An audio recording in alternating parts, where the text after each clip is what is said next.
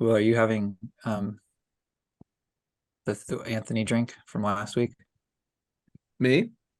Yeah, This is Dr. Zevia gross. That stuff is so gross. with some gin Oh, and some lemon, like pure lemon juice squeezed in oh, there. gross. Oh, it's so refreshing. For I sure. just want to say something that gets me bleeped. Like I just want to get bleeped at some point. All right. What you That's do? our cold open. Louis' face. I'm just trying to get a reaction from Louis this whole time. Oh, it worked. I'm Oh, that was great.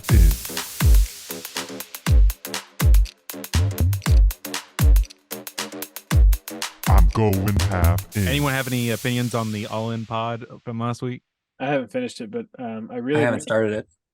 I really like the fact that they're still doing this long form politician stuff. Yeah. Yeah, I liked it. I I don't know. I mean, Chris Christie's cool, I guess. It hasn't changed my opinion on him. I guess that's the neutral thing to say. So, I would say that I would before this interview that I have yet to finish. I definitely feel like I know him better as a candidate. sure. But I really didn't know a lot going into it, and I think like most people that are going to be actually voting, uh, the stuff they've heard is basically worthless information. You know what I mean? Like I know that I've probably prejudged him, or maybe not on this current like round, but I know when he ran like against, I guess it was Obama. Um, that was like his last main campaign, right? I don't think he ever made it to the final Republican nomination, right? I just remember it wasn't during the Trump stuff, or maybe it was. I No, feel like it was longer I ago. thought it was during McCain or whatever, but Yeah, yeah. it was sometime in that era, and I was like, oh, he's. I would just remember kind of like thinking he was just kind of a like a Jersey douche guy, like hey, like the stereotypical kind of thing. Which, of course, I was 10 years younger or something. So I don't know. I just feel like I actually get an idea of what he represents. Yeah, the whole time I was Why I like listening. these things so much. Yeah, I totally agree. Like the long form stuff is great. The what I was thinking though is like what is it really how does this really change the playing field? You know? Well, like the idea of the long form. Not just long form, but like it. I don't know. Like Are you saying it's the same argument you have against debates? Like it doesn't change anything. kind of. I mean, That was your argument, Louis. yeah. Was it not? I'm yeah. I'm kind of bringing up your point, I guess, from the debates, Louis. Hmm. But I mean, I love the long form conversations. So, But I Which think it provides the more debate- opportunity to change because you get a fuller picture of what they're trying to do and what they're representing. Whereas yeah, the debate, you don't even have enough time to process what these people are saying half the Look, time. the debate is for entertainment. Absolutely. And I think I would agree with you and say like the chances of people still changing their mind after hearing a long form discussion are still little, but I think it's more than after hearing a debate. Right. Right. Because Yeah. what did everybody say? Everyone said Well, at the end of Vivek the was day, the clear winner of the debate, and he's done nothing but basically drop in the polls ever since. well, at the end of the day, and this is just the way that life is, at the end of the day, you're basing everything off of what somebody is saying. You have to take these people at their word for what they want or what they are going to do. Like, and that's just in I think in our modern society, that's just not enough to really sway anybody anymore because nobody's really, at least in political life, especially, I feel like nobody's as good as their word anymore. Like that used to be like Right. the thing, right? 1,000 years ago, medieval times, like you gave somebody your word, it's like it was legit. contract. Yeah, it was a binding That's it. contract. And now it's meaningless. All right, kick us off, Fresh. Here we go. All right, here we go. 3, 2, 1. Hey, everybody. Welcome back to another powerful episode of the Half In podcast. I am here with Matt Lewis, music, school teacher, recording artist, and serial entrepreneur of many of the brands that you know and love. Welcome back to the Great. pod. Welcome Thanks. back, Matt. Great to be here. We've got Anthony Hardy back, acoustic engineer specializing in making sure your priest sounds good and clear on Sunday morning. Thanks for your service, That's a Mr. fact. Hardy. Welcome back to the pod. Thank you.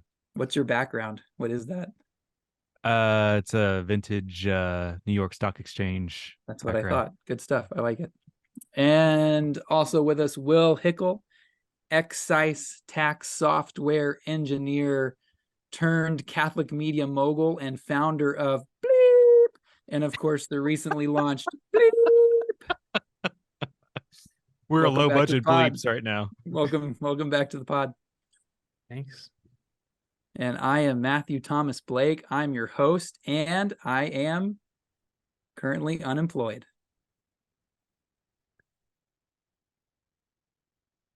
Congrats to the team. We had a successful launch. We had a successful launch last week. We got the first episode. We had it hit the wire. Will, how are we doing? How many streams did we have? Oh, you How want to many know? unique? I do. Yeah, I think I want to know streams, unique listeners. I think we should publish this information. I think it should be public. We should get the stats on this. Yeah, for sure.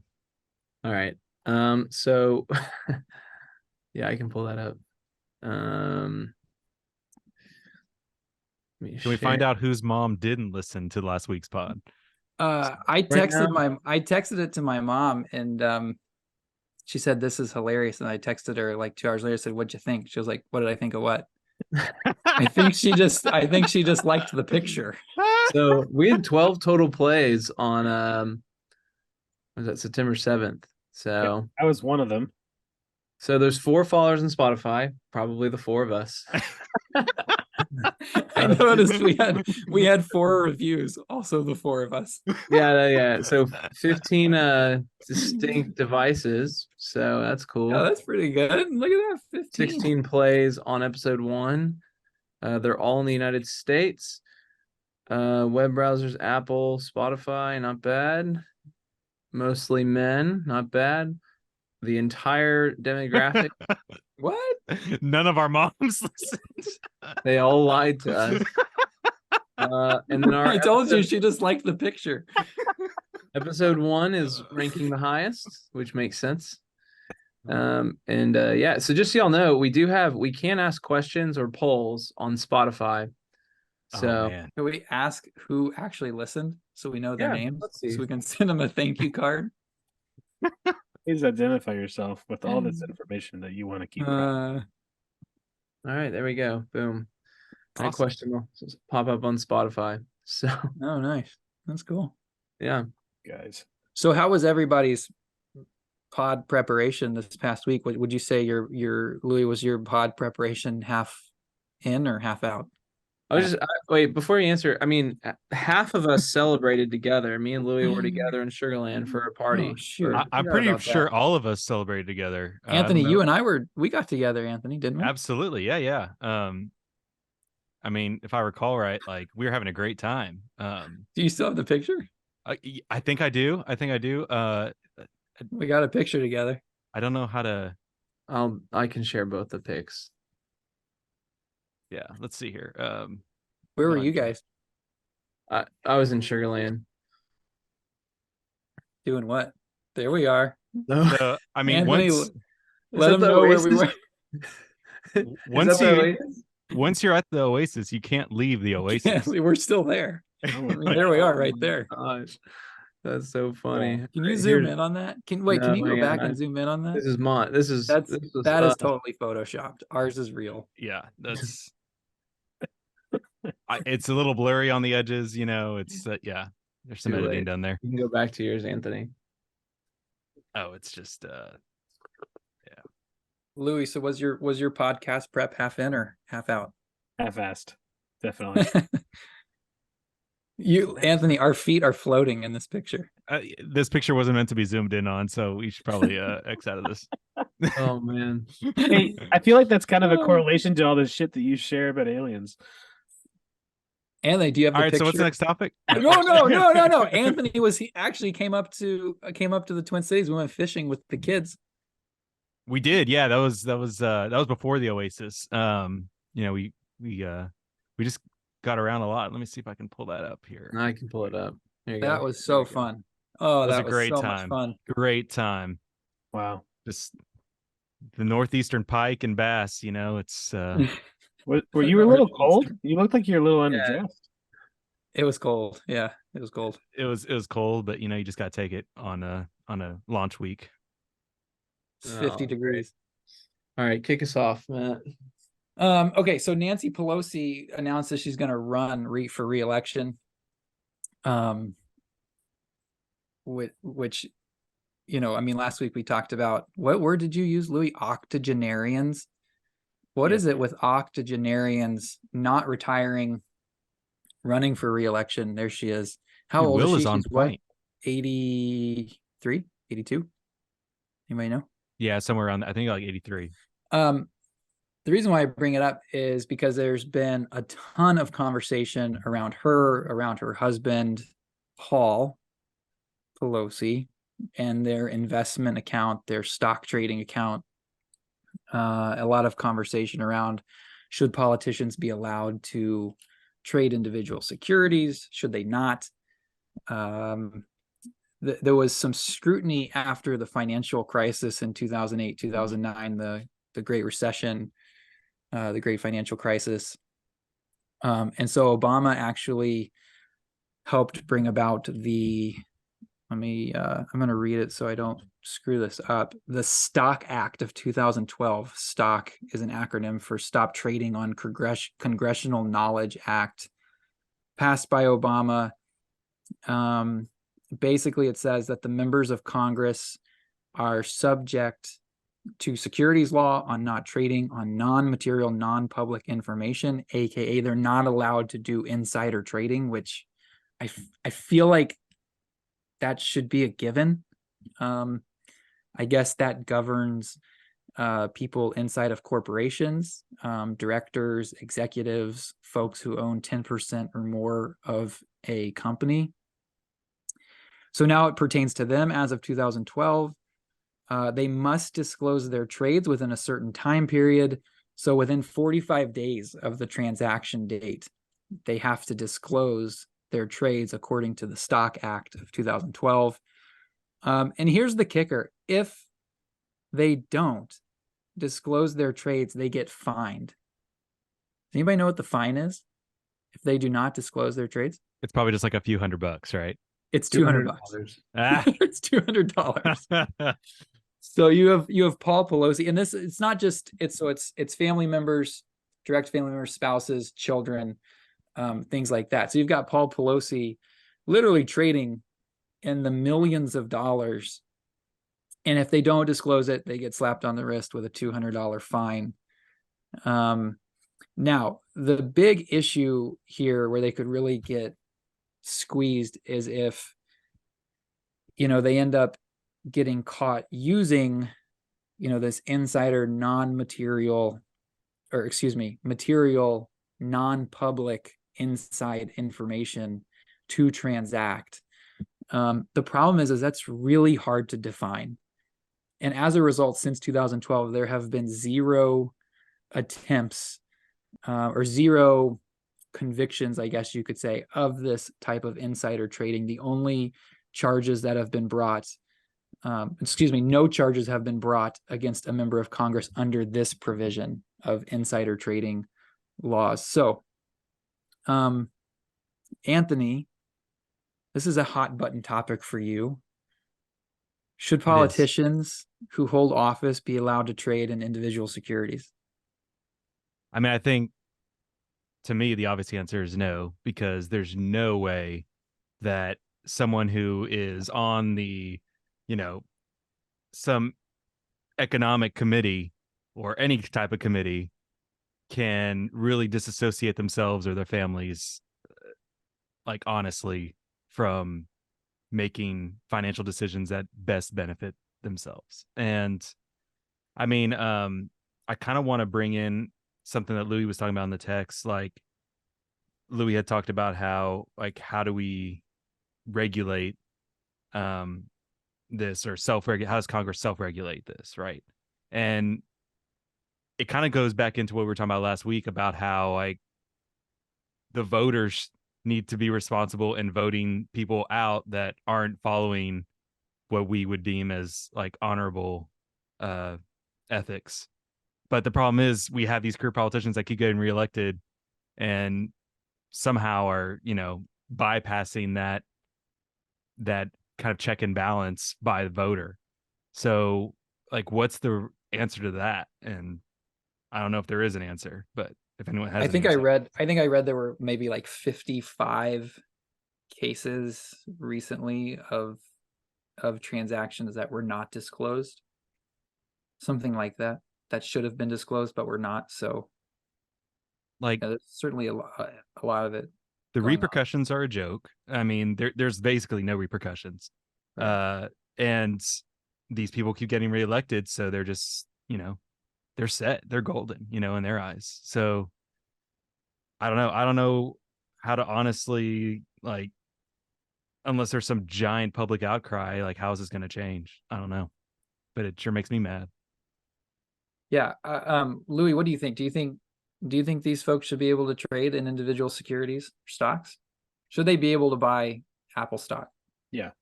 My short answer is actually yes. I just don't know in what way it needs to be limited to make it either a blind, a blind investment. I don't know what that even means, if that means anything. But I feel like there's some way that we could, that some system that could be set up to where that they're obviously allowed to, invest their money in anything else like a private citizen can, but they have to do it, in a way that doesn't provide for them some unfair advantage because of what they know or don't know. I really don't have any more specific ideas because I barely know how any of this stuff works to begin with. Yeah, but I do think don't- there's some legislation on the table that would introduce the requirement of having, if you're going to transact in securities, that they have to be done in a blind trust. And the definition of like you just said, the definition of a blind trust is a financial arrangement in which a person in public office gives the administration of private business interest to an independent trust in order to prevent conflict of interest. Under the trust, the owner does not know how the assets are managed. Now, what I'm reading specifically says private business interests, which I don't know if that would consist of public business interests, like Sure. a stock. Well, So, and that's kind of my point. you get the gist. You kind of get the idea. Right, but that's kind of my point. Like you're still a citizen of the United States. You're still, in a lot of ways, even though this might be arguable, like a private citizen, um, I guess the actual definition of private citizen may not apply, but like, it's still a free country. You're still within the laws, able to do whatever you want with your money, So it's not that I think they shouldn't be able to do it at all, but there's obviously got to be something in place to make it right, especially with the way that these people behave. And I mean, with a repercussion of only $200, it's like they're practically flaunting it, in our faces that they can get away with it, and that's just despicable. And they know they can, and they have, and they'll continue to, because just like Anthony said, which was mirroring my point from the text thread, it's like, well, the only way to stop it is to pass a law, right? Which Congress has to pass. So it's like, it's this endless loop of just whatever. It's just, you know what I mean? I do got a question. Like, so if you're a government official, isn't there a distinction between being a citizen and a civilian? So, like, once the president leaves his duties, he's or she is a civilian, Right? Then, so should that be part of like the distinction? Like, if you become part of government office, should you relinquish your, I guess, right to own equities and whatnot? I don't know. What if you could choose? What if you could choose, like the amount of money that you? So, like, okay, my point is, this came up. This kind of sort of came up in the last pod, right? With the generals who are on these boards of directors for these weapons companies, and they're basically taking all these military contracts to these weapons manufacturers and then earning their favor. And so then when they retire from the military, they go sit on this board and just make bank, Yep. And so it's kind of the same thing, but I think they talked about either they want to pass or they're trying to pass or they should pass or something. How, there should be some kind of statute there, like you can serve on a board of a company that you had vested interest in your military life after 10 years of being retired or something like that. Or the next administration or something. Right, exactly. Yeah. So, whether that means Congress should have to, like, I don't know, freeze their assets until they're actually out of office for X amount of years. I don't know. I feel like there always will be a workaround. Like they'll find a way to, yeah. I mean, that's realistic, but at the same time, it doesn't mean we shouldn't try to do something about it, which I think is a lot of people's argument. Oh, they're going to find a way anyway. It's like, that's bullshit. It's like the same thing with any major issue right now. Look at gun laws and, abortion. It's like, well, just because somebody's going to find a way around it doesn't mean that we should do anything. Right. Yeah. There's something definitely needs to be done. Yeah. I didn't mean to. No, I know you didn't. Avoid it. Yeah. I feel like that's what I think that's how a lot of people treat this stuff, especially when it comes to people who are in power. It's like, well, they have so much power. What are we going to do? It's like, vote their ass out of office for one. Right. But that doesn't work. Which never happens. So, Will, what do you think? Do you have any ideas? Or do you have any opinion on it? Yeah, I don't know. I just think Should they be able to trade or not?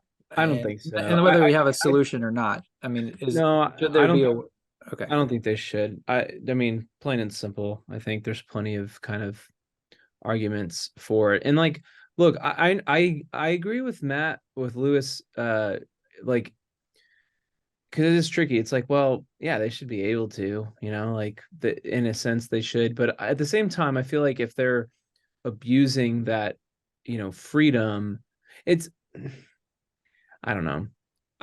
I'll shorten my answer and say I just think because they're in such a position of that potential corruption or potential, insider trading or whatever, and because they get to make their own rules and there is no such check and balance, it's almost like, well, I think just to be fair and to kind of weed out who is there to be a public servant and who is there to like enrich themselves, like that'd be an easy way to get out the people that aren't there for the right reasons, or at least one of the ways to start doing that. So I mean, as a voting citizen, that would be my vote.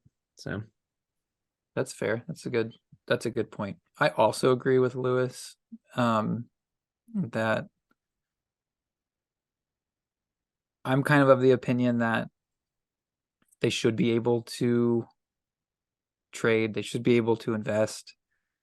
My guess is that a lot of and there's trackers, that will track the Nancy and Paul Pelosi portfolio, and people treat it as actionable investment ideas, because if the Pelosi's are buying Nvidia, then that probably means something.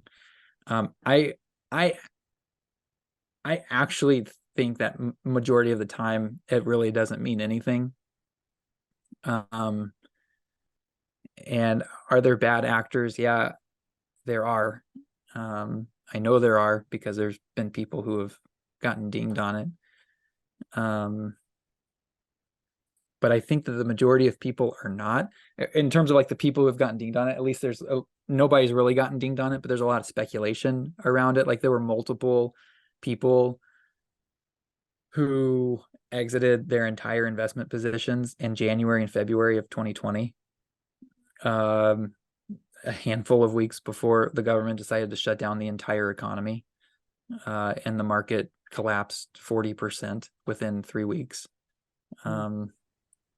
So,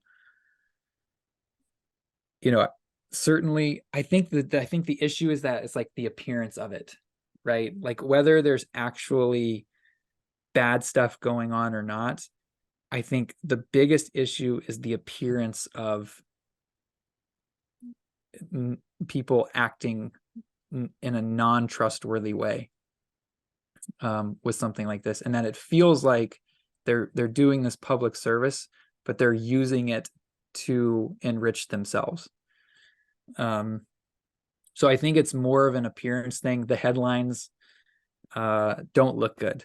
Whether they're doing something wrong or not, the headlines look really bad when you have people making these types of investment decisions that just so happen 4 weeks, 6 weeks, 8 weeks later seem really timely when being an investor.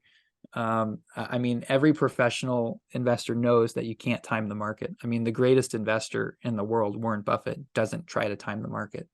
And he says, if you do, you're playing a losing game. Nobody knows. Literally no one knows. No one has any idea. I mean, even the greatest economists in the world, right? So going into 2022 and, inflation was going higher, all of the economists agreed that we would get somewhere between 1 and 3 quarter point or 25 basis point rate hikes, so 0.25%. We would get between 1 and 3 in calendar year 2022. Literally the smartest economists in the country. And we actually got 17 quarter basis point rate hikes. So they were all gigantically off in a massive way. I mean, the smartest people have no idea what's going to happen in 3 months or 6 months or 12 months. So, I think a lot of times, I just feel like a lot of times they're probably not actually transacting on material non-public information. If you look at Paul Pelosi's portfolio, it's Google and Amazon and Apple and Nvidia and Microsoft. Like literally the stock, the main companies that have driven the market for a decade, that's what he owns. But like everyone owns that, right? So it's not like he's transacting in like these really small cap biotech stocks where it's like you're waiting on an FDA approval. And if you get the FDA approval, the stock's going to be up 200, 300% overnight. And Paul Pelosi just so happened to buy a ton of options or bought the stock, right? So, he just owns, like he's owning these massive companies that are super liquid. So it, like, to me, honestly, it doesn't appear like there's shady stuff going on in this particular example. But I do think that if you look at corporations, so corporations, insiders at corporations, and insiders, someone who's a director, an executive, or someone who owns 10% or more of the business. So if they transact in that security, so if the CEO wants to transact in the security and they do so, whether they're buying or selling, they have to file Form 4 with the SEC, which and they have to do that within 2 days. Form so 4. the Form 4, it's a statement of change in beneficial ownership. They have 2 days to report that, whereas Congress has 45 days to report it. And if they do, great. If they don't, they get fined. But do they have to pay it? There was actually a study done that said no one could actually figure out if the people who had not disclosed and gotten the $200 fine ended up actually having to pay anything, right? So, for corporations, it's a much bigger deal. For insiders, directors, executives. And obviously they can't transact if they're in possession of material non-public information. But again, that's so gray. How do you define that? So what there is there's a blackout period. So when the company's fiscal quarter ends, you're not allowed to transact in that stock until 2 days post the earnings call, when your results are now public, right? Because obviously as soon as the books close on a quarter, the CEO and the CFO should know how that quarter shaped up. And they should have a pretty good idea as to what the stock might do 3 weeks, 4 weeks, 6 weeks later when they actually report the numbers to the public. So that's the blackout period that they have to abide by. They can't transact during that time. 2 full days post the results being public. The other idea, so that should be something. I just don't know how do you put that together for someone who's on a committee who might happen to hear like, this virus is worse than we expected, and we're probably going to have to make some really serious decisions soon. So, okay, last thing. Well, Matt, like just to touch on that real quick, like Yeah. that's what I was gonna say. Like say you're on the committee and you find out, oh, the government's gonna pass a regulation on cryptocurrency tomorrow, or something to that effect. And are you really going to say, oh, you know what, I'm going to hold on to all my Bitcoin, or because that's the right Coinbase. thing to do, or Coinbase stock? Yeah, like they're gonna sell it or whatever. They're gonna act on that information. I mean, under law, they're not supposed to. They're Right? not I mean, supposed to. I would say that's a material, non-public piece of information. So by law, they're not supposed to. So I don't know. I'm sure there's people who do, and I'm sure there's people who don't. I don't really trust any politicians, so I could see all of them doing that. But I think the solution to letting them continue to invest is with executives and insiders in a business. There's, under the SEC, there's Rule 10b-5-1. And so a 10b-5-1 plan, you can work with a third-party advisor or a broker. And what you do is you establish like a routine buying or a routine selling. It's scheduled. I'm going to sell 5,000 shares on the 3rd Friday of every month for the next 12 months, right? Regardless of what the stock is doing, regardless of what information comes out, regardless of whatever information you have 6 months from now, and you're like, shoot, I don't want to sell it, too bad, like it's happening, right? So Rule 10b-5-1 plans, I think, make a ton of sense and should be required. That if you want to buy or sell, that you have to do it. You have to state how much you want to. What are the rules? I wrote them down so I wouldn't forget, because I don't. It I gets didn't know tricky, those. I didn't know that existed. That sounds like a yeah, so it allows good. insiders to sell or buy predetermined number of shares at a predetermined date. You can set a like a range for the price. If the price is outside of that range, the transaction won't go through. You don't actually decide. Like you work up the plan with a third-party broker or advisor, and then you don't actually know until the transaction is complete if the transaction was completed or not, based on the stipulations that you have. But it's written down ahead of time. So a lot of times executives who, even though they can transact in their own securities, they don't, just to avoid the possible appearance or a possible headline saying, hey, this CFO traded in this stock, in their own stock, and then there was this news item, right? So it's really primarily to avoid the appearance of anything, of any sort of insider trading going on. So I don't understand, like, why do these exist for corporations? But it should be as simple as, this is just a requirement for a politician who holds office, that it should just be a scheduled buying and selling plan that they have to establish with a third party. Would that make you happy, Anthony? Like, would you change your mind if something like this was put in place? Yeah, something like this. Or I think, if everyone sat down and came up with some kind of sensible regulation or something, I think I could get on board with something like that. Just right now, what's in place, like a $200 fine, is like a slap, not even a slap on a wrist, So if there was something more sensible, I mean, it makes sense. I wouldn't necessarily be opposed to that. Yeah. It's just hard for me to get around, with just all the information and potential power that people on some of these committees have. I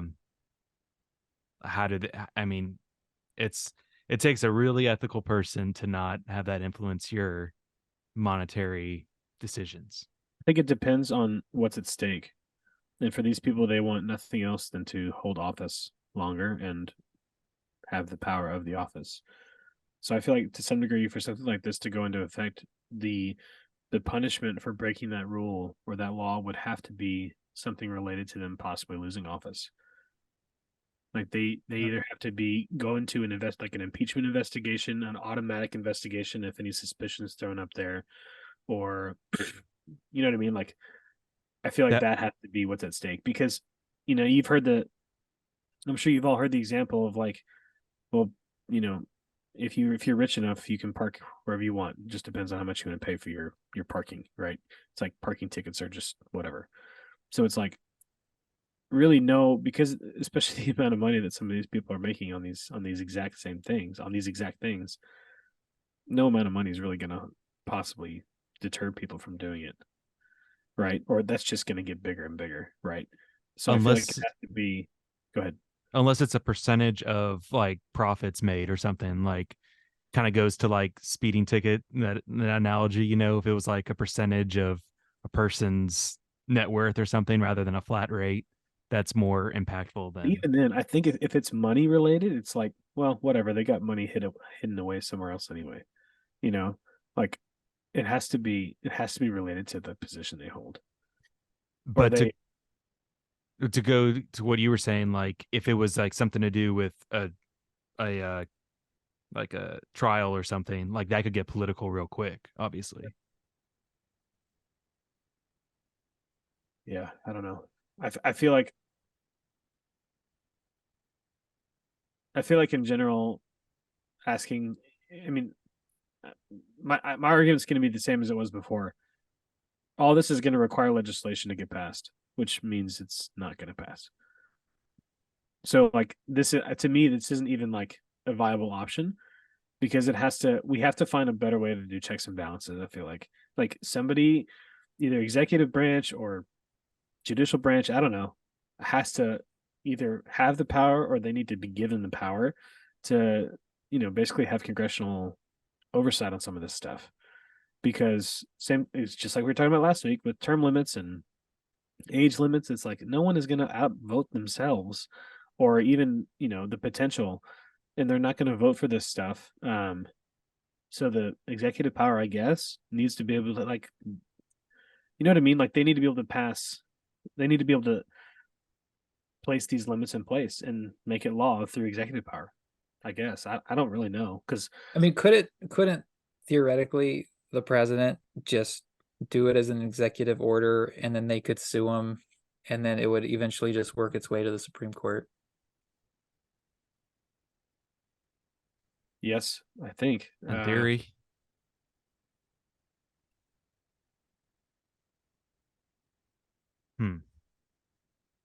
I don't know.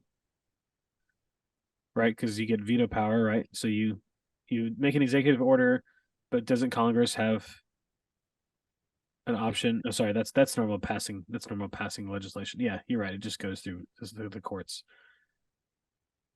So how does this affect us? Or does it? Like, are markets being manipulated? I think it affects us by a perception of what our government is capable of doing and what it should be doing, and whether or not we trust in what they're doing. I think it And also goes. it affects. I think it affects all of the associated decisions that we make as citizens when we vote. Yeah, I think it puts into perspective, I guess, what priorities are of our elected politicians. So if they're trying to maximize their own dollar versus the looking out for the interests of their people they represent, then I think that says a lot, and that's how it can directly impact groups of people.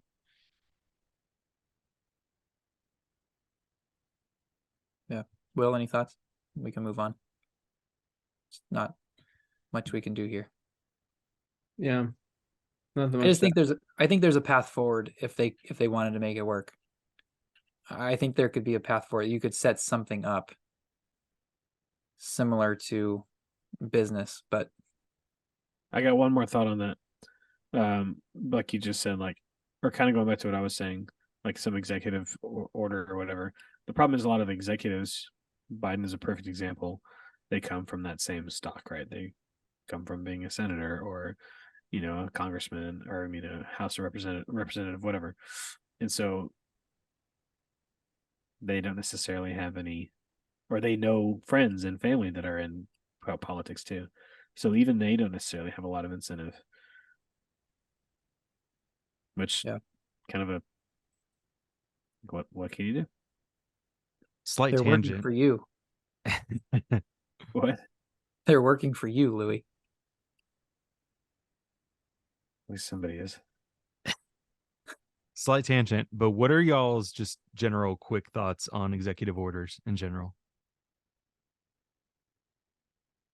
Like if they should be allowed, you mean, or like what? I don't. Your I thoughts don't in know. general? I don't know if I have an opinion. I think personally, I think executive orders have been kind of like grossly used as a what's it called? Excessive use of power or some whatever the phrase is. I forget it. But yeah, I don't know. That's my personal thought. Basically, because like executive branch, I thought was kind of meant to enforce the law, not necessarily create a not really law, but you know.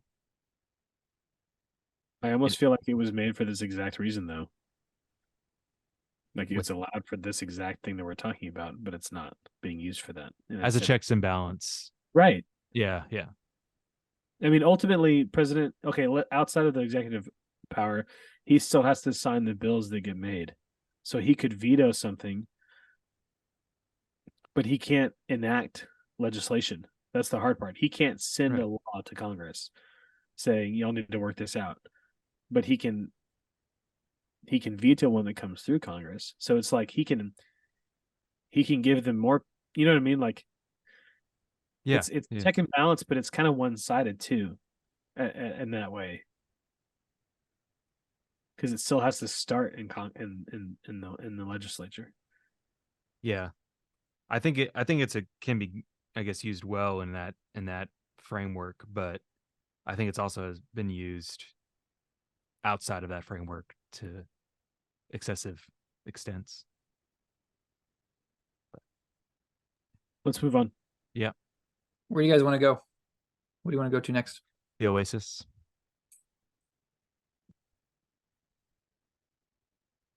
I can chat about kind of Catholic values investing since we're kind of on the investment topic. I don't know if are you guys getting tired of that topic? That's my favorite topic. Oh, let's talk about it. So I'm fine with it, but Yeah. we can move on. No. Go for it. We can talk about about Elon Musk and Starlink and how he's controlling the war and he's actually Oh, a yeah. secret war. No, we'll do that next week. Oh, okay. Yeah. Almost got Anthony. You Calm woke down me there. up for a second, Calm and now down I'm going there, back to bed. No, I'm just kidding. That's funny. So I think that I think that Catholic values, the idea of Catholic values investing, trying to bring it back to things that we care about as Catholic men in the church, and just trying to understand what is the purpose of investments? What is the purpose of our investments? And obviously the idea is to make money grow over time. But the church would say, so the church actually hasn't said a whole lot about investing. The USCCB has put some stuff out a long time ago, like back in I think it was the 80s, maybe 86. And then they put something out again in the early 2000s and then didn't update it until like 2019 or something like that. And then just last year in 2022, October of 2022, the Vatican published that's the socially responsible investment guidelines. That's the USCCB. November of 2021 is when they updated it. It had been almost 20 years since they had updated it, which technology, bioethics, all that kind of stuff moves very quickly. So the fact that we don't get any updates on this for 2 decades, is like a little bit frustrating when, and I think the reason why this is so important to me is that this was my job for 4 years, and trying to advise people on their finances and on their investments, and always kind of wrestling with this feeling of like, I'm kind of aiding people in their investments of things that I don't feel good about, right? I wouldn't support that kind of thing. So like, what is my culpability, if you will? I am a little over scrupulous at times. So, I don't really know. So I have spent a lot of time reading about this and trying to dig into it. The Vatican put out in October 2022 a document called Mensuram Bonum. I think it was from the Pontifical Academy of Social Sciences is who published it. And a quote from there that I think is good is they say that because all investments participate in the bounty of divine gifts, no investment can ever be considered morally neutral. Either God's kingdom is being advanced by the assets being deployed, or it is being neglected and undermined. Which is I feel like which that's is a like, pretty extreme take, or not it's a extreme, really but like strong statement, right? It's a strong. Yeah, really, strong. really strong statement. The challenge is that there's not like clear, and we've talked about this, guys, like in our text group quite a bit, but there's not like clear guidelines as to what that actually means. And so in a way, it's kind of like, you should consider this, but it's not black and white. This is a really gray topic. And primarily the goal of Catholic values investing is 1, avoid evil or avoid scandal, and then 2, do good, right? So the avoid evil, avoid scandal is the one that really gets talked about all the time, because that's where you get like these Catholic values screening that comes in, where you can say you could take the S&P 500 index, you overlay it with these Catholic screens, because they do kind of give you an idea, like, companies that are engaged in developing weapons that could be used for what's the word I'm looking for? Like nuclear weapons, mass Chemical destruction. warfare. Yeah, exactly. All that kind of stuff. Like, those are things that should be avoided. But then if you like really dig into like the nitty gritty, like, it's really like, there's a lot of companies that participate, obviously like the issue of pornography, no one, Playboy is a public company, but it's not like a commonly held asset, right? Like, that's really easy to avoid. Like, that stock is really easy to avoid. But when you start getting into like the nitty gritty of like, well, what about these other companies like Netflix, who may participate in the creation or the distribution of content that maybe we would find unacceptable, right, or inappropriate? Where do you draw that line? So that's one of them. Avoid scandal. Again, it's not clear. But then 2, do good. So the idea is that we should act like owners. Like, if you own a stock, you are an owner in a business, right? And we should be owners of that business.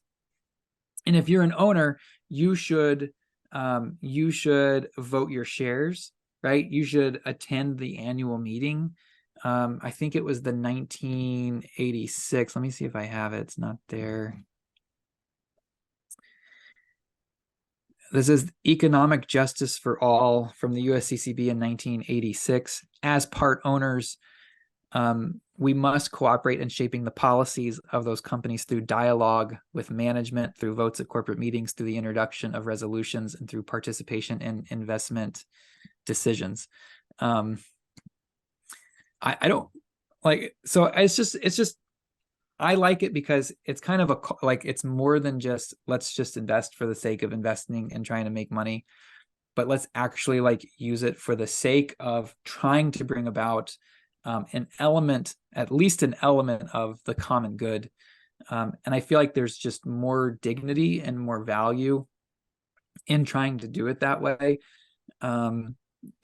Spending 4 years in the industry and just feeling like it's just a rat race to like to just make money, like just for the sake of making money. Like at least there's like an element of value, like just beyond like a monetary or worldly value. So anyways, what are your guys' thoughts on, I actually think we should probably try to get, there's a guy down in Dallas who started a company called IWP Capital. His name's Sam Saladino, and he's like the go-to guy on this topic in the country. And his company built some proprietary screens, and they screen out, they screen, Catholic money. They screen like $4 billion or something like that of Catholic money. And so I would love it to have him on. And I feel like we could ask him a lot of questions, or we could even like ask him about specific stocks, like that Netflix example. Where does that fall? And how do we think about that? They are launching like a Robinhood like investing app soon, I think, like in the next month or two. I think it's called Sanctify. Sanctify, yep. So it'll look and feel Can y'all kind of see like my screen? Robinhood. I can. Yeah, I'm watching the screen. Will has it up on the screen if you're just listening.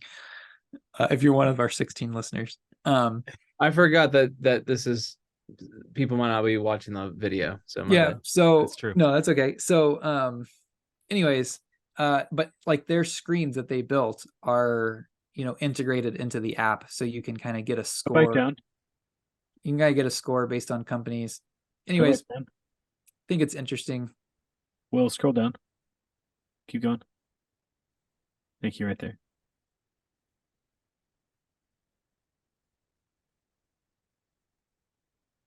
Cool.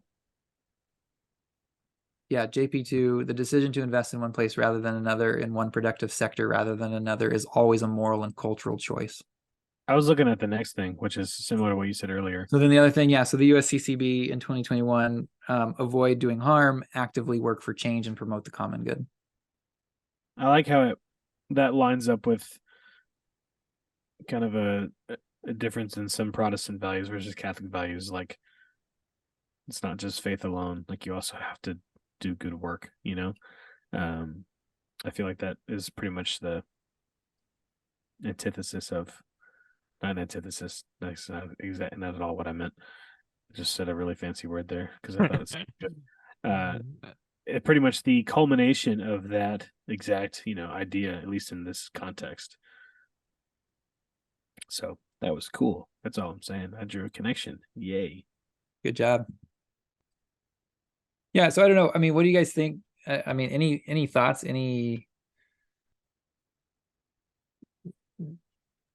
Does it pique your interest as investors in a 401k, a 403b, maybe a personal account? Like, is it something that, and as I understand it, and I could be wrong about this, that's why we should bring an expert in on it, is that Catholic institutions are bound to invest in this manner. Like, they should be investing according to Catholic values. These screens, they should be actively engaging corporations. They should be voting their shares and participating in annual meetings and dialoguing with management and all these kinds of things. That's part of a mandate to them as a Catholic institution and a steward or a fiduciary of money that's been given to them, right? Because when you give money to, whatever Catholic your church, and you find out that they're investing and they own HCA Healthcare, they have a large position in HCA Healthcare, which directly employs doctors who perform abortions, right? Like, there's no degrees of separation in that way. Like, that's like a direct tie to it, right? So I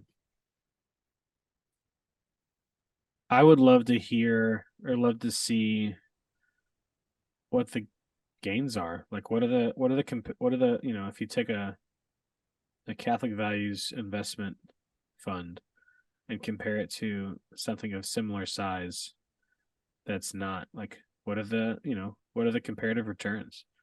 Now the thing is, I say that saying that I know that ultimately we would have to, like, you're called to kind of like follow into the Catholic side no matter what the difference is, right?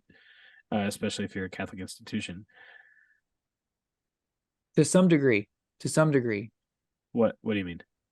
Like yes, I think you're right, but also you're also a fiduciary and a steward of that money, so you can't do something that is purposefully going to cause harm to your portfolio, for example. So I guess that's what I'm saying. Like, because I think the whole idea is that you have to sell it, right? You have to sell this Catholic fund versus investing in some other fund, right? But if the returns aren't as much because it's, I don't know, more limited. I don't know. But that's my point. Like, it would just be interesting to see what the difference in return is, if anything. yeah, well it's What do and you it think? gets What do you think it is just on like in general? Do you think it's compared? Do you think it's, comparable? Do you think it's lower? 100%. I think it's 100% comparable, because if you look at it, if you screen out, if you take the S&P 500 and you run these screens through, you only screen out, I think it's like less than 50 stocks. It's like less than 10% of the S&P 500 actually gets screened out through these screens, which I think begs the question of, are they tight enough, right? That's it. Right? Right, exactly. So, but if it only screens out, say, just call it 10%, right? When you get into like the idea of like concentrating versus diversification, like once you go beyond, there's been a ton of studies that have looked at this, but like once you go beyond owning like somewhere between 15 and 30 stocks, like you are as diversified as you can be. And so effectively, once you own more than 15 to 30 stocks, you're basically indexing. Certainly there's going to be some variance. You might get some outperformance, you might get some underperformance, depending on how concentrated you are. But if you own 450 stocks in just a Catholic Values ETF or a Catholic Values mutual fund, because you only screened out 10% of the S&P 500, then your returns are going to be very comparable to just the S&P 500. Yeah, that makes sense. You're basically indexing. What if I own 15 companies of sports and outdoor retail storefronts? Am I diversified enough, in your opinion? I think you're way too diversified. I think you should only own one. I mean, what about like, I think I saw Apple was on there, like on their website. And I'll disclose to the group, I own a whole whopping 1 share of Apple. So Ooh, big insider over here. talking up his portfolio as That's usual. right. Showing off. Talking Just talking his book. Yeah. Made 64 cents on my last dividend payment. So I'm celebrating. Gonna go buy a lemon at the grocery store or something. But so like, Apple, you hear, especially with recent news about the sourcing of cobalt and just how controversial that is. And I mean, basically everything. I mean, my brand new computer I'm talking on right now is probably filled with a lot of that, or definitely is. You got it? The Yeah, computer, yeah. You did. I had it on the retreat, dude. Anyways, we can talk about that later. Yeah, my 10-year-old MacBook like failed, so I bought a new one. Anyways, but so like, and I guess Matt, the question is, Matthew Blake, that is fresh for the audience. Throw them all out there right now. I know. Well, he goes by Matthew, not Matt. He's fresh. Anyways, the question is like with, I guess how does the screening, and I guess I could have read a little bit more, but how would the screening work when we know that like there is at least one part or multiple, sadly, parts of like a massive supply chain that Apple has, where like it is not humane, it is not promoting the dignity of human life, and it is, just horrendous human condition. Foxconn or whatever had to put up nets in their office building to keep people from dying from suicide because they were jumping off the side or whatever. So like, where's the responsibility there? And then on Apple, but then also on us as investors in that company. You know what I mean? Like my one share, my one vote isn't my tiny, tiny little vote. Not that I don't, I mean, I do actually vote on all the things when E-Trade emails me.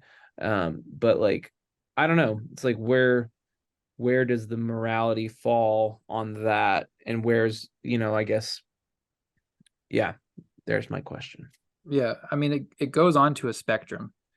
So it'd say, how much revenue do you generate from a certain activity? In terms of that exact question around supply chain, especially around like child labor and things like that, when you get into like the mining of cobalt and nickel and different things like that, the USCCB in the 2021 edition actually kind of lightened the requirements around child labor.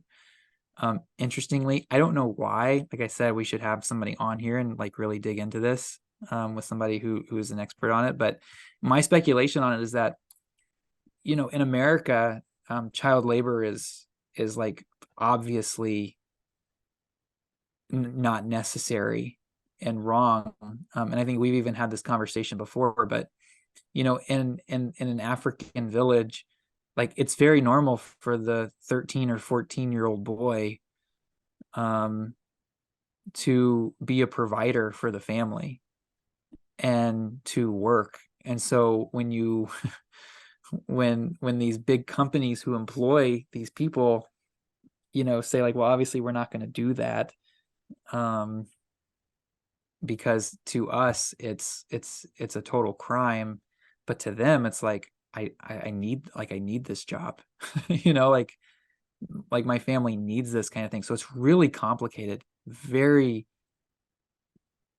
It's just not black and white. It's just very complicated. And the Vatican, the USCCB acknowledge that. They say like, this is a really complex issue, not this one we're specifically talking about, just Catholic values investing in general. But we should start building, like, let's start working on this and having this dialogue, just like we're having, to like try to figure out what makes sense, what doesn't make sense, what works, what doesn't work, where do you draw the line, where do you not, where do these things fall on a spectrum? We're going to get it right at times, we're going to get it wrong at times, but ultimately, like these big weapon manufacturing companies, the aerospace and defense, like how much of Boeing's revenue actually comes from making missiles, right? Versus, Max 737s. And so it would just fall on that spectrum below 10% or below 20%, or however much you tighten that screen, would determine on if these huge corporations, which have, 50 different LOBs or lines of businesses, how much revenue, where are we actually, in disagreement about where the revenue is coming from, but how much of total revenue is it? And if it's below a certain amount, then it passes the test, right? So it's very nuanced and really difficult to try to get. I would kind of compare it to the way that we've been instructed to think about politics in our voting. Basically saying, if you have a well-formed conscience, conscience. You got it right. Thank you. If you have a well-formed conscience, then you can reasonably basically make a decision, and there's no wrong decision. When it comes to your vote, for instance, right? Like no one's gonna ever come out and usually endorse or not endorse a specific candidate, right? Because ultimately it's extremely complicated and it's so nuanced. And so I think the gray, when they're not giving a direct answer, that's really what they're saying. I feel like, especially in the context of politics, obviously, but I think it's the same thing here. You have to make that decision ultimately for yourself, because that's what you are given as a human person in the image and likeness of God. You have free will. you have that choice, and that's what makes you human, ultimately. And not that you won't necessarily be judged for that, but I don't know. I kind of went off there, but you know what I mean. I see it similar, if not the same. Only Yeah. God can judge you, right, Louis? No, I we're think good. it I think it plays into the question around like the dignity of work. And the dignity of human labor, like especially Segue. Yeah, I Like see a if segue coming. if you're trying to, if you're trying to evaluate like You're ready, where do Tony. you draw the line on these things? So it's something that we've talked about. So who wants to go? Louis, Anthony, who wants to Well, so take a shot at, this idea of like dignity of work? Obviously, if you have a 14-year-old in a mine, a lot, I don't know. can I want to make a It's point on that real quick, and then I'm going to let Anthony spout his theory out that we can go from. So the whole 14-year-old kid trying to bring home the bacon for his family, like that's a great point. And ultimately there are so many cultural differences in a lot of these cases, and right. it's stupid for us to say, well, you should be living by American values and all this stuff. So I don't disagree with that at all. But my counter to that is not necessarily that a kid is being more or less forced to work so his family survives, right? But it's what he's being deprived of because he has to work. He's being deprived of the chance to be a child, for one, and obviously the biggest case in a lot of situations. And I know that there's a lot of Western values being played into my statement here, but ultimately he's also being deprived of an education. Like if he's working, then he's probably not getting an education. And I think so. It's not just like, well, what is he forced to do? But he's also like, what is he not able to do because he's forced to do this other thing? Like that's the other side of the coin. Louis, I went to Dallas High School till I was 18 years old, and I did not receive an education.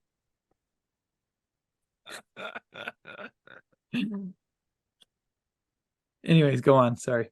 No, I mean that's It's a good my point. That's a good point, Well, Louis.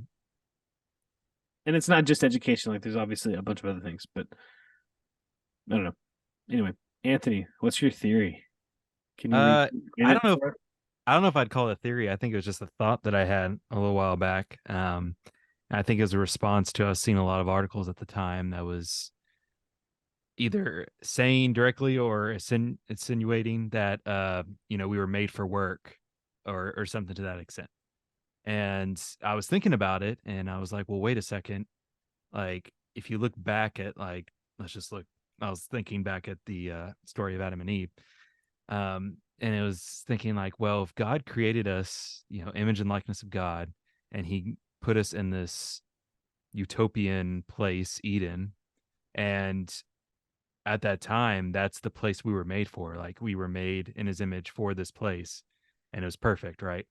But then as a result of the fall, that's when God implemented, oh, you will work. He was giving this to Adam, right? I forget how it says exactly, but he imposed work essentially. So I guess that kind of made me think a couple of different things like, well, wait, so we're not really made for work because we were made for that, or did God make us in anticipation of us falling? Which I don't know if that's a whole nother thing, but I don't know. I just started thinking stuff along those lines. So I just thought it'd be kind of cool to talk about that. If y'all had any thoughts, and you had said you had a thought, Louis. Well, I mean, I feel like an idiot now because now I can't remember my thought, and I'm trying to remember. we were made. I mean, Matt Blake is our Theologian on staff. yeah, he's our resident theologian. But I mean, so correct me. But I mean, we were made for heaven, so and there is no work in heaven. That too. Yeah. So as you know, maybe original man wasn't meant to work, but we are historical man, so we are working. And then once we'll pass into the eschaton as eschatological man, and for all my TOB nerds out there. So I don't know. I mean, there is dignity in work, and we even see like, Saint Joseph is patron saint of workers, right? So Christ's own father is like an example of that. So just because Eden didn't have labor necessarily, and then once God like kicked us out and we had to start doing that, it doesn't mean that the dignity is stripped, right? Like, so you could maybe label it as a quote unquote punishment, but regardless of what work becomes because of the fall, it doesn't change the inherent dignity. Just like the fact that we fell doesn't change the dignity of humans, right? Like, okay, you could argue like we're not worthy of anything because of our fallen nature, and then praise God for Christ's sacrifice giving us redemption. But like, we are not like, we are fallen creatures, but our dignity still exists. Therefore, the dignity of our work still exists, and we're not made for that necessarily, but we're also not made to grow or we're not made to die, right? Like, we do die, but that's not the ultimate kind of destination. Is, death has been defeated, and then everything that comes with this temporary life thus has been defeated, like stomach aches and work and disease and all the crap we have to deal with as a fallen human persons. So I don't know. guess my issue specifically was the actual phrase like made for work. Like, were we really made for work, or were we made for something else? Like something better than made for communion with God. I don't know. I mean, who said we were made for work? I was seeing it, I think, in a lot of like it was definitely like secular stuff, but I forget exactly. It was something along at the time I was thinking about it. It was months ago. So I don't know. I saw the Louis side eyes, so This is from John Paul II, Laborum Exercens. He says work is a good thing for man, a good thing for his humanity, because through work, man not only transforms nature, adapting it to his own needs, but he also achieves fulfillment as a human being, and indeed, in a sense, becomes more a human being.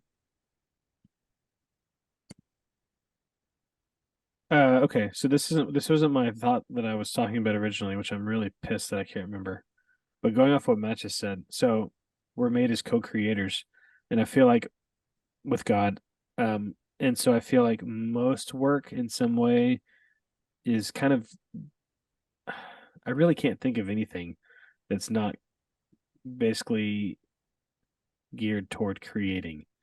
Like, and I'm not saying you have to be like a creative artsy fartsy person, but like literally everything that we do in work is building something in some way. Like, you have a small part in something that you're building, and whether that's community or something physical, or I don't know, like I can't think of any example of anybody's job that I can think of that you're not building something in some way. And so I feel like in that way, we were made in that sense as co-creators with God. I think your question is getting to like, is it because of the fall that now we have to work, and therefore we weren't originally created to work? yeah, or like maybe. created to be fulfilled through our work, or something like that. So JP2 in Laborum Exercens, because not because I'm the resident theologian, but because I used Google, he was talking about that when man and woman are created in the image of God, and he gives them like the task to be fruitful and multiply, that is actually when he places the call on them for work. that's the Get to work, baby. that's the I'll just read it. Let me read it here really quick. The church finds in the very first pages of the book of Genesis the source of her conviction that work is a fundamental dimension of human existence on earth. When man, who had been created in the image of God, male and female, hears the words, be fruitful and multiply and fill the earth and subdue it, even though these words do not refer directly and explicitly to work, beyond any doubt they indirectly indicate it is an activity for man to carry out in the world. And that Genesis 1:27, Genesis 1:28 is before the fall. There you go. Look at that. That's Is it what I not? just said earlier. The highlighted portion. Bam. And Yeah, carrying that's out what this you're saying, mandate. Mike. What paragraph is this? Scroll up a little bit, Will. This is 4. Paragraph 4. In carrying out this mandate, man, every human being, reflects the very action of the creator of the universe.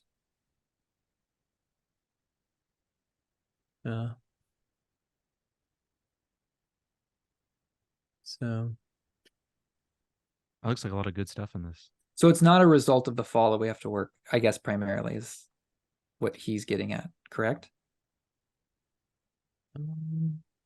Or is Or- it just that, like, obviously work can, like, a lot of good stuff can come from work? Both? Yeah, might be both. yeah, this would be a good thing to read. Yeah, it looks like a pretty solid article. Yeah. Okay, hold on. I might be coming back to my thought. I'm literally processing Do this it, out do it quick, because after this, we're gonna wrap it. loud. Oh, that's probably I've got a bedtime. The Oh, other that's- thing I was thinking of, I was trying to look up the the after the fall passage real quick, and I'm like scrolling through.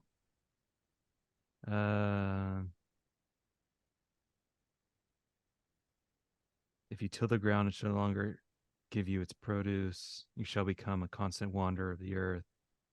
It almost makes it sound like, as a result of the fall, like work just got harder in a way. And maybe it was maybe not just like work in general was instituted afterwards, but it just got like harder. I don't know. Yeah, it makes sense. I mean, So instead of being fruitful and multiplying, now you have to like go get a job. Yeah. Well, okay, but that kind of is also, and that makes sense in the context of Christ too, though, because without the fall, then Christ wasn't necessary. Is that right? stepping into some deep theological waters here. So I decline to answer that question. okay, so let's just say yes, in theory, or possibly. Without the fall, Christ's death isn't necessary, but because of the fall, Christ's death is necessary, and therefore we have to become like Christ. We have to find, like, we have to unite the suffering of work to Christ's suffering. Dang, man, I'm not formulating real thoughts here. I'm right there, but I can't bring it home. Never mind. Forget about it. We can bring it up next week. Shelve it for next week. If you think of it, write it down. Yeah, I don't know why I wrote in my notes. I just wrote. I think I just thought of a reply to Anthony's theorem regarding of what we were made for work. Read. I just he started months ago. I'll docket it. But you didn't write it down. I didn't write the thought down. Stupid. All right, Matt. All right, good stuff. Why don't you bring All us right, home well- with some ASO? Thanks, everybody. What do you want me to do? Let's talk, baby. Everyone go buy. Go Oh my buy gosh. tomorrow so you can get 9 cents if you buy your stocks tomorrow. Will wants to know, Matt Blake, why is this graph red? And he wants to have answers. Look, I am not a financial advisor. This is not financial advice. we may need to pin that. We may need to cut that out and pin it at the beginning of this. As of like 11 days ago. Look, this business is going to generate $3.5 billion of free cash flow over the next 5 years, which is 90% of their entire market cap, over 90% of their entire market cap. They're going to return 100% of that back to shareholders by paying down the debt, paying off the debt. They'll increase the dividend probably annually, and they're going to buy back stock, which the stock is, in my opinion, deeply undervalued. So they're getting a great return on their investment by buying back the stock. You can see my post on my Substack. I mean on my bleep. But yeah, bottom line, they're going to return they're going to return their entire market cap back to shareholders over the next 5 years. And while they do that, they're going to add 50% more locations across the country. So the business will go from having 270 locations in 5 years, they'll have 400 locations, and they'll have returned their entire market cap and free cash flow back to shareholders. So that is a company that works. They've got the best gross margins in the industry. They generate more revenue per square foot than any other sports or outdoors retailer.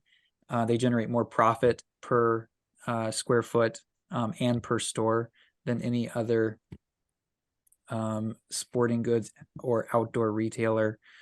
The reality is that a lot of these companies are stepping away from the outdoor stuff, guns, ammo, all that kind of stuff. And so, in a lot of markets, they're the only player in that space. So it's just a really, really interesting business. They operate in the fastest growing parts of the country, primarily the South and the Southeast. There's a lot to like about it if you're willing to stick it out. I mean, it trades at 7 to 7.5 times earnings, whereas Dick's Sporting Goods trades at 10 times, 9 to 10 times. So just on multiple expansion alone, the stock should, I think the stock should trade in line with Dick's personally, but there's basically 65% of the US population is within a 10-mile radius to a Dick's and only 17% to an Academy. Which just means there's a lot of white space. Dick's isn't really a formidable competitor to what Academy does because Academy is a discount retailer, whereas Dick's is more of a high-end luxury type of retailer. 50% of Academy's locations are within 10 miles of a Dick's or within 5 miles of a Dick's, something like that. And those stores perform equally to other locations where they are not in direct competition with the Dick's in terms of proximity. So there's a lot to like about it, but I think primarily I have to keep in mind is that, theoretically they could pay off their debt, increase their dividend, and buy back at the current market cap. They could buy back 60% of their stock, right? So it's like the business is working, the business is growing, like the model works. And so now they're expanding it beyond, 270 locations. But the stock is set up to work. Now there's a difference between a business working and a stock working. I mean, Disney, right, is a business that everyone knows very well and is an incredible brand. You can argue a lot about that right now, but bottom line is that it's a brand that is going to be around forever, but the stock has sucked for the last decade, right? So just because it's a good business doesn't mean it's a good stock. Academy, in my opinion, is a good business, and it's also a good stock because it's undervalued to its competitors. It's undervalued to just its intrinsic value based on a discounted cash flow model. And not only that, but they're growing. So they're going to continue growing earnings at 10% a year and add locations and theoretically could buy back half of the entire company, if not more, over the next 5 years. It's a business that's been around since like the 30s or 40s. So I'm not a financial advisor. It's not financial advice, but I do own the stock. As for me, I like the stock. Matt Blake, when a company buys back stock from shareholders, like what if none of the shareholders want to sell their, like, how does that work? Like, how does that work? I mean, I suppose you could eventually get to a place where there's just no more shares to buy, but eventually, theoretically, there's pretty much always a seller, right? That's how a market is made. There's a buyer and there's a seller. But if that actually got to a point of something like that, it means that the stock would it's a price is a function of supply and demand, right? So the stock price would just continue to go higher, until someone and you would weed people out, right? Yeah, People would yeah, eventually capitulate and sell it, Mhm. to some degree. But there's also it gets much more nuanced than that. A lot of these investment banks own shares, and it just starts getting into all that kind of stuff that I don't really understand that well. But Gotcha. Because Cool. any other questions? I got a 4. question. Okay, Do you live 10 miles within a Dick's? I do. Just making sure. And I shop academy.com. For Matt Lewis, the serial entrepreneur and founder of Lou Corp. More to come on that in future episodes. For Anthony, the priestly acoustic engineer. And for Will, the Catholic media mogul, the founder of Bleep, and the founder and recent launch of Bleep. Congrats on that, by the way. I am still a better moderator than Matt Lewis. We'll see you next week. Bye-bye. Bye. Going half in.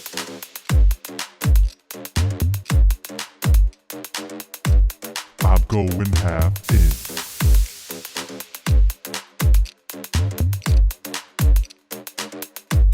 I'm going half in.